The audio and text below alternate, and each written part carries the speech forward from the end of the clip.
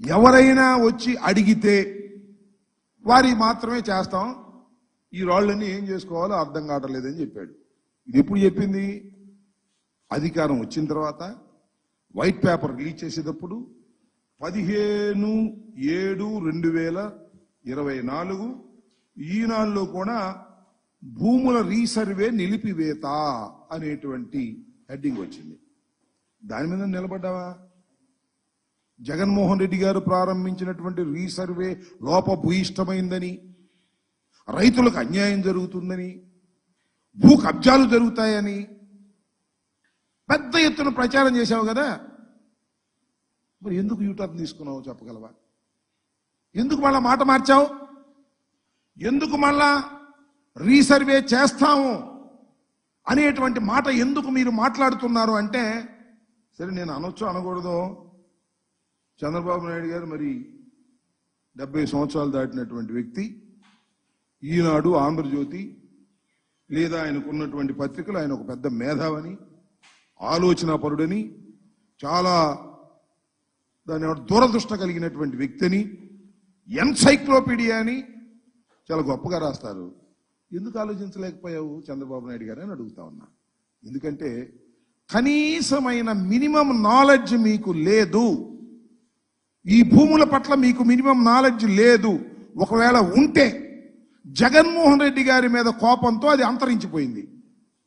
కనీసమైనటువంటి ఇంగిత జ్ఞానం కూడా లేదు. నేను మనవి చేస్తున్నా, బ్రిటిష్ వారి టైంలో భారతదేశానికి స్వాతంత్రం రాకముందు 20వ శతాబ్దపు మొదటి రోజుల్లో బ్రిటిష్ వాళ్ళు ఈ భూములు సర్వే చేసి రాళ్ళు వేశారు. అప్పటి నుంచి ఇంతవరకు అసలు సర్వేలే జరగల. కానీ కేంద్ర ప్రభుత్వం నీతి ఆయోగ్య దాన్ని రీసర్వేలు చేసి భూముల్ని, ఎవరి భూములను వారికి రక్షణ కల్పించాలనేటువంటి ఉద్దేశంతో ఒక సమగ్రమైన చట్టాన్ని భారతదేశ వ్యాప్తంగా తీసుకొచ్చింది. దానిలో భాగమే ఈ రీసర్వేలు. మీకు ఒక విషయాన్ని ఇక్కడ మనవి చేస్తా. నాకు పెద్దలు చెప్పినటువంటి అంశం, చాలా సీనియర్ ఐఏఎస్ అధికారి చెప్పాడు నాకు. ఏమనంటే, ఇతర దేశాల్లో భూ వివాదాలు వెరీ మినిమం 3% మాత్రమే ఉంటాయి, మ్యాక్సిమం ఉంటే 3%. మన భారతదేశంలో ఎంతో తెలుసా? 60 to 70% భూ వివాదాలు. కోర్టుల చుట్టూ తిరగటం. ఏదో స్వామి చెప్తారు, కోర్టుకు వెళ్ళిన తర్వాత జడ్జిమెంట్ వచ్చిన తర్వాత గెలిచిన వాడు ఏడిచాడంట, వాడిపోయినోడు ఏడిచాడంట. ఈ భూమి 10 సెంట్లు తగాదా కోసం లోయర్ కోర్టు, జిల్లా కోర్టు, హైకోర్టు, సుప్రీంకోర్టు వెళ్ళి వెళ్ళి వెళ్ళి చెప్పులు అరిగి డబ్బులు అరిగి చివరికి భూమి ఖరీదయ్యేటటువంటి పరిస్థితులు ఏర్పడుతున్నటువంటి పరిస్థితులు భారతదేశంలో ఉన్నాయి. వీటన్నిటినీ కూడా క్లియర్ చేయడం కోసం సర్వే చేసి భూమి హక్కుని ఆ భూమి హక్కుదారుడికి ఇవ్వాలనేటువంటి ఉద్దేశంతో రీసర్వే ప్రారంభించింది జగన్మోహన్ రెడ్డి గారి ప్రభుత్వం. ఒక విప్లవాత్మకమైనటువంటి రీసర్వే. దీని ద్వారా రైతాంగానికి, భూ యజమానులకి రక్షణ కల్పించాలనేటువంటి ఒక సదుద్దేశంతో ప్రారంభించబడినటువంటి ఈ రీసర్వేని ఇష్టం వచ్చినట్టు మాట్లాడారండి. తెలుగుదేశం వాళ్ళందరూ మాట్లాడారు, చంద్రబాబు నాయుడు గారు స్వయంగా మాట్లాడారు. మీరు చూశారు కదా. జలగన్న పథకం అంటే ఇది జగనన్న కాదు, మేము జగనన్న పథకం అని పెట్టాము. దాన్ని జలగన్న పథకం అని పెట్టాడు. మరి ఆ జలగన్న పథకాన్ని మళ్ళీ నువ్వెందుకు తీసుకొచ్చావా చంద్రబాబు నాయుడు గారు? నాకు చెప్పండి. ఒక మాట అన్నావు, నిన్న కాక మొన్న 17వ తారీఖున అన్నావు, రీసర్వే ప్రశ్న లేదు, ఎవరన్నా అడిగితే వాళ్ళకి చేస్తాం, ఇక ఆపేస్తాం, అసలు ఈ రాళ్ళు ఏం చేసుకోవాలో, మాకు నెత్తిని కొట్టుకోవాలో కింద కొట్టుకోవాలో అర్థం కావట్లేదు అన్నావు. మరి ఇప్పుడు ఏం చేస్తావని అడుగుతా ఉన్నా. మాట ఎందుకు తప్పారు? నేను మనవి చేస్తున్నా, ఈ రీసర్వే కోసం ప్రభుత్వం సుమారుగా 14,630 మంది సర్వేయర్లు ఉపయోగించాం. 17,000 గ్రామాల్లో 2.26 కోట్ల వ్యవసాయ భూముల్ని సర్వే చేశాం. 13,371 గ్రామ కంటకాల్లో 85 లక్షల ప్రభుత్వ ప్రైవేటు భూములు, ఆస్తులు 110, పట్టణాల్లో 100, 40 లక్షల ప్రభుత్వ ప్రైవేటు ఆస్తులు, 10 లక్షల ప్లాట్లలో సమగ్ర సర్వే ఇప్పటివరకు పూర్తయింది. రిమైనింగ్ మేము చేస్తామని అంటున్నారు.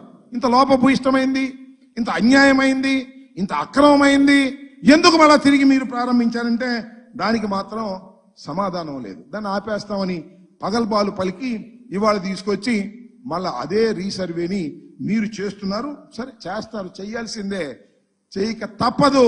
ఇది ఒక పరిణామ క్రమం, ఒక విప్లవం. రైతులకు లేదా భూ హక్కుదారులకు పూర్తి సమగ్రమైనటువంటి భూ హక్కుని ఇవ్వాలి అంటే సర్వే చేసి ఇవ్వాల్సినటువంటి బాధ్యత వీళ్ళందరికీ ఉంటుంది అనేది కూడా గుర్తుపెట్టుకోమని మనం చేస్తున్నాం. ఇప్పుడు ఈ సర్వే చేసేటప్పుడు డ్రోన్స్ ఉపయోగించడం, కొత్త టెక్నాలజీ ఉపయోగించడం, ఇవన్నీ చేయటం వల్ల ఏం జరుగుతుందంటే ఆ హద్దుల దగ్గర మ్యాక్సిమం వస్తే ఒక 5 సెంటీమీటర్ల తేడా వస్తుంది. అదే లింకులతో చేస్తారు కదా, బ్రిటిష్ వాళ్ళ టైంలో లింకులు కొలతలు చేసేటప్పుడు పెద్ద తేడాలు వచ్చేస్తాయి. ఓ 10 లింకులు 20 లింకులు తేడాలు వచ్చేటువంటి పరిస్థితి ఉంటుంది. దీనికోసం కేంద్ర ప్రభుత్వ సహకారంతో రాష్ట్ర ప్రభుత్వం అనేకమైనటువంటి కార్యక్రమాలు చేసి రీసర్వే చేసే కార్యక్రమం చేసి 75 బేస్ స్టేషన్స్ మన ఆంధ్రప్రదేశ్లో ఏర్పాటు చేయడం జరిగిందని మనం చేస్తున్నాం. అలాంటి గొప్ప కార్యక్రమం ఇవాళ వైఎస్ఆర్ కాంగ్రెస్ పార్టీ ప్రారంభించి చేస్తే ఎన్నికల దాకా దాని మీద ఎంత దుష్ప్రచారం చేయాలో అంత దుష్ప్రచారం ఎల్లో మీడియా, ఈయన తెలుగుదేశం పార్టీ నాయకులు ఇష్టం వచ్చినట్టుగా బహిరంగ సభల్లో చెప్పి చెప్పి చెప్పి ఏదో నమ్మించేటటువంటి ప్రయత్నం చేశారు. ఇప్పటికీ రాష్ట్ర వ్యాప్తంగా 2 దశల్లో, మొత్తం 3 దశలు ఉంటాయి. 2 దశలు పూర్తయ్యాయి.